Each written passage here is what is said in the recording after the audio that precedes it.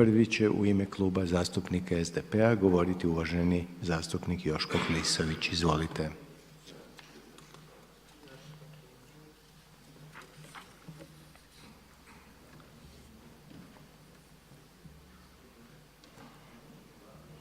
Hvala gospodine predsjedavajući, pozdravljam državnog tajnika također. Klub SDP-a će podržati ratifikaciju, Zakon o ratifikaciji ovog memoranduma. Hrvatska je članica NATO-a. Hrvatska kao članica NATO-a, kao i sve druge članice NATO-a ima obvezu pružiti tzv. host national support postrojbama NATO-a u obavljanju njihovih aktivnosti, bilo vježbi, bilo vojnih operacija. Ovakav ugovor imaju sve države članice NATO-a. I molio bih da nam predlagatelj to stvarno tako i potvrdi. Dakle, ovo je jedan tipizirani i uobičajeni ugovor na koji vi de facto pristajete onim trenutkom kad ste odlučili ući u članstvo NATO-a. Dakle, mi ništa novog ovdje ne nudimo, nego jednostavno samo dovodimo u red kompletnu regulativu koju jedna država članica NATO-a treba dovesti, a koja proizlazi iz njezinog članstva u toj organizaciji. A raspravu o tome treba li ući u NATO ili ne treba smo imali davno i Hrvatska je odlučila ući u NATO. Temeljni razlog zašto ući u NATO je kako bi osigurali sigurnost naših građana, sigurnost našeg društva, sigurnost naše države. Sigurnost je pretpostavka bilo kakvog oblika razvoja jednog društva. Bez sigurnosti nema društva. Pogledajmo danas u Siriju i pitajmo li ima li perspektive u ovakvim situacijama, u ovakvim okolnostima u kojima se Sirija nalazi bilo kakav razvoj Sirije. Mogli ste Vukovarce pitati u Domovinskom ratu '91. godine što misle o sigurnosti i da li bi se mogao grad razvijati bez sigurnosti. Dakle, sigurnost je pretpostavka svega. Svaka odgovorna država ulaže u svoju sigurnost, svaka odgovorna država zna da sigurnost nije Bogom dana. O sigurnosti treba brinuti i to brinuti svakodnevno. U sigurnost treba ulagati i ulagati svakodnevno. I zato sam i ja podržao javno povećanje proračuna za Hrvatsku vojsku jer to je jedna polica osiguranja za našu sigurnost. Da, ona se aktivira u doba krize, u doba kada sigurnosne ugroze postaju toliko snažne da počinju ugrožavati naš život na ovom prostoru. No osim ulaganja u nacionalnu sigurnost, u današnje doba, u globaliziranom svijetu, u svijetu novih izazova, rijetko je koja država koja može, a ja mislim da nije niti jedna, osigurati vlastitu sigurnost i sigurnost svojih građana sama u izolaciji. Nitko nema te sposobnosti, nitko nema te kapacitete. I što vam je sljedeći korak? Sljedeći korak je udružiti snage sa onim državama, onim društvima s kojima dijelite zajedničke vrijednosti. U našem slučaju to su prvenstveno vrijednosti slobode, vrijednosti demokracije, poštivanja čovjeka, poštivanja digniteta ljudskog bića. I zato smo ušli u zajednicu vrijednosti koju nazivamo NATO. Upravo da bi obranili svoju sigurnost i da bi se borili i obranili ove vrijednosti koje sam spomenuo. Svima nam je poprilično jasan odgovor na pitanje da li bi ikada došlo do agresije na Republiku Hrvatsku, da li bi bili porušeni hrvatski gradovi, hrvatski mostovi, infrastruktura, da li bi hrvatsko kulturno blago bilo opljačkano iz Hrvatske, da li bi hrvatski građani propatili najveće ratne strahote, njihova prava čovjeka bila kršena na najbezočniji način, bili su ubijani, mučeni, silovani od strane agresora i paravojnih formacija. Da li bi se sve to desilo da je Hrvatska u tom trenutku bila članica NATO-a? Moje mišljenje je da ne, a vjerujem i vaše. Da li nam je NATO pomogao u doba kad nam je bilo najteže? Nismo bili članica i nije imao obavezu. Tada se EU bavila našim prostorom i pokušavala pomoći, nakon toga Ujedinjeni narodi. No kada je kap do kraja prelila čašu, onda su se upravo uključile države članice NATO-a. I jako se dobro sjećate da je onaj trenutak kad se preokrenula situacija na vojnom polju u Bosni i Hercegovini bio kad se uključila članica NATO-a. A znamo kako su članice NATO-a gledale i na oslobađajuće operacije Oluja, Bljesak koje je Hrvatska vojska uspješno i učinkovito provela. Prema tome, jedini garancija stabilnosti na ovom području, iskustvo nam pokazuje, je bio angažman NATO-a. Bilo vojni, bilo politički. I ja se nadam da će tako i ostati, da će NATO i dalje biti zajednica vrijednosti u kojoj zajednički vjerujemo i da ćemo se zajedno boriti na tim vrijednostima, za njih i pokušavati gdje god je potrebno zaustaviti sigurnosne prijetnje našoj sigurnosti. Kad kažem gdje god je potrebno, onda mislim da ne smijemo čekati da sigurnosne ugroze, da opasnost za naše živote, materijalna dobra, za naše društvo i državu dođu u naše dvorište. Ne daj Bože uđu u našu kuću. Danas u globaliziranom svijetu moramo se boriti protiv sigurnosnih ugroza na samom izvoru, tamo gdje one nastaju. Tamo se treba uhvatiti u koštac s njima i tamo treba razriješiti probleme. Bilo političkim i to preferabilno političkim metodama i načinima, diplomatskim također, a ukoliko to nije moguće, onda je potrebno se i vojno angažirati. Sve izvore sukoba koji generiraju ugrozu u svijetu za našu sigurnost mi ne smijemo odbaciti, ne smijemo zanemariti jer prije ili poslije će zakucati na naša vrata.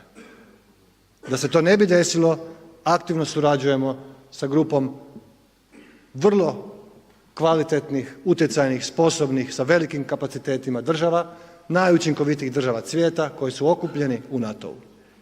Upravo na promociji ovih vrijednosti i na zaštiti naše sigurnosti i sigurnosti cijelog euroatlantskog prostora. No Hrvatska također mora znati da to nije jednosmjerna ulica, da ona može očekivati da NATO stane u obranu njezinog državnog teritorija, njezinih građana, ali jednako tako Hrvatska ima obvezu dati svoj doprinos aktivnostima saveza na osiguranju sigurnosti cijelog euroatlantskog prostora. E pa ovaj memorandum je jedan od naših doprinosa da damo takav doprinos. Jer mi ne znamo šta nam budućnost nosi i mi ne znamo kakav će doprinos Hrvatska treba dati na obrani svoje sigurnosti i obrane sigurnosti euroatlantskog prostora. I zato moramo biti spremni i pripremiti teren i u ovom pravnom smislu. Dogovoriti i definirati uvjete pod kojima NATO postrojbe dolaze u Hrvatsku, postrojbe država članica NATO-a dolaze u Hrvatsku, vježbaju na našem državnom teritoriju, ali jednako tako i provode s njega vojne aktivnosti koji su u interesu RH i njezine sigurnosti i samostalnosti. Nedavno je izašla informacija, da li je točna ili ne, ja ne znam, ali da u jednom NATO dokumentu od prije nekoliko tjedana stoji da je NATO spreman, ukoliko se ukaže potreba za tako nečim, i intervenirati na prostoru jugoistočne Europe. E to je prostor gdje živimo i mi. Kao ugroze se spominju, ako je to točno, prema neprovjerenim informacijama koje su bile u medijima, spominju se dolazak stranih boraca iz Sirije koji mogu radikalizirati pojedine države u jugoistočnoj Europi do te mjere da one postanu vjerojatno nefunkcionalne, ali se spominju i međuetnički sukobi koji mogu generirati neprijateljstva i oružane sukobe. Mi se sjećamo takvih i ne želimo prolaziti kroz to ponovo. Ono što želimo, dati svoj doprinos miru i stabilnosti u jugoistočnoj Europi. Tako jačamo sebe, tako smo odgovorni prema svojim građanima. Za to koristimo vlastite sposobnosti, prvenstveno oružane snage, ali ne samo njih, i snage policije, i diplomaciju, i ukupnu politiku, ali za to koristimo i savezničke snage ili ne možemo sami. Reći da smo sami sebi dovoljni i da možemo sve sami je pogrešno i potpuni otklon od realnosti. Kao zrela država to ne smijemo napraviti i ja se nadam da oko toga postoji konsenzus glavnih parlamentarnih političkih stranaka koji su dobili najveći broj glasova naših državljana i da naši građani ustvari podržavaju ovakvu politiku. Zbog toga će i klub SDP-a podržati ovaj zakon i ratifikaciju memoranduma. Hvala lijepo. Hvala lijepa. Imamo jednu repliku na vaše izlaganje uvaženog zastupnika Mire Bulja. Kolega Klisović, slažem se s vama da je najbitnija sigurnost građana i teritorije RH. Ugrozbe svakodnevno prijete. U takvome svijetu živimo, po svim pitanjima sigurnosti naših građana i teritorija. Međutim, mi govorimo ovdje o memorandumu koji ćemo potpisati i o sigurnosti, ali je činjenica da Hrvatska od 2002. nema novu strategiju o nacionalnoj sigurnosti. Znači imamo strategiju dok još nismo bili u NATO savezu i još nismo bili članica Europske unije.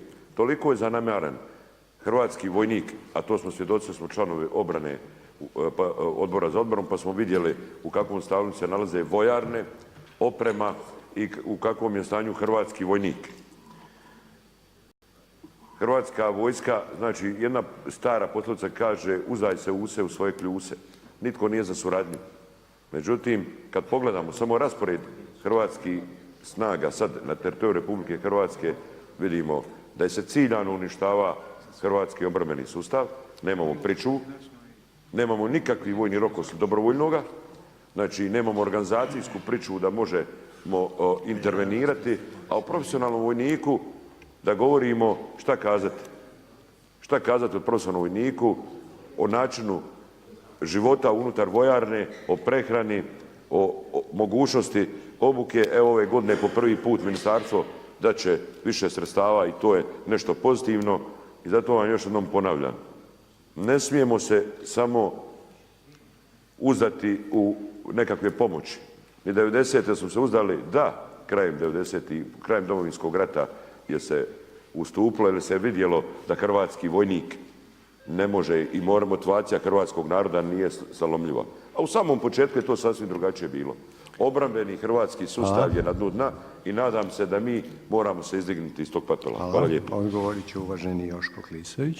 Hvala lijepo. Slažem se s vama kolega Bulj da Oružane snage i cijeli obrambeni sustav nisu na onoj razini kao što bi mi, vjerojatno vi i ja željeli. I zato trebamo u to investirati i zato smo se založili za povećanje proračuna Oružanim snagama upravo da potaknemo taj proces. Jer nacionalne snage i kako narod kaže use i u svoje kljuse je najsigurnije i s time se slažem. NATO nam s druge strane nudi jedan okvir razvoja naših Oružanih snaga na najsuvremeniji način. NATO standardi su najviši standardi svjetski u svijetu u kojem živimo na području obrane. Ako hoćemo kvalitetnu, učinkovitu armiju, odnosno Oružane snage, onda je najbolje slijediti upravo ova znanja koja imamo i koja možemo dobiti kroz NATO okvir. Naše Oružane snage imaju izuzetno učinkovitu suradnju vojno-tehničku sa mnogim članicama NATO-a i odande crpe znanja i iskustva. Da ne kažem da dobijaju i opremu. Dobijaju opremu i to kao donaciju, ali nemaju za platiti porez na tu donaciju, pa ju nekad ne mogu i donijeti, što je stvarno sramota s naše strane kada odobravamo proračun. Kada govorimo o ovom sporazumu i općenito o aktivnostima NATO-a, ne govorimo samo o oružju, o pomicanju vojske, o rasporedu vojske u nekoj zemlji ili operacije tog tipa. Vi ste svjesni svi u ovoj sabornici, kolega Bulj sigurno, da su naše državne institucije pa prije neki tjedan bile predmet takozvanog cyber napada, kibernetičkog napada. Dakle, postoji razina sigurnosti i prijetnje su puno šire od onog što se predmijeva kad se kaže NATO i misli se uvijek na oružje i pucanje. Znate, braniti se od takvih sofisticiranih napada nije lako. Znanja koje imaju NATO države, operativne postupke koje imaju, kako zaštititi institucije države, energetske sustave, prometne sustave, elektronske, od napada, cyber napada, onih koji nemaju dobro mišljenje, ne žele dobro Hrvatskoj, je vrlo korisno za nas. Možda mi nemamo tu razinu znanja, a ovako možemo dobiti. Hvala. Hvala.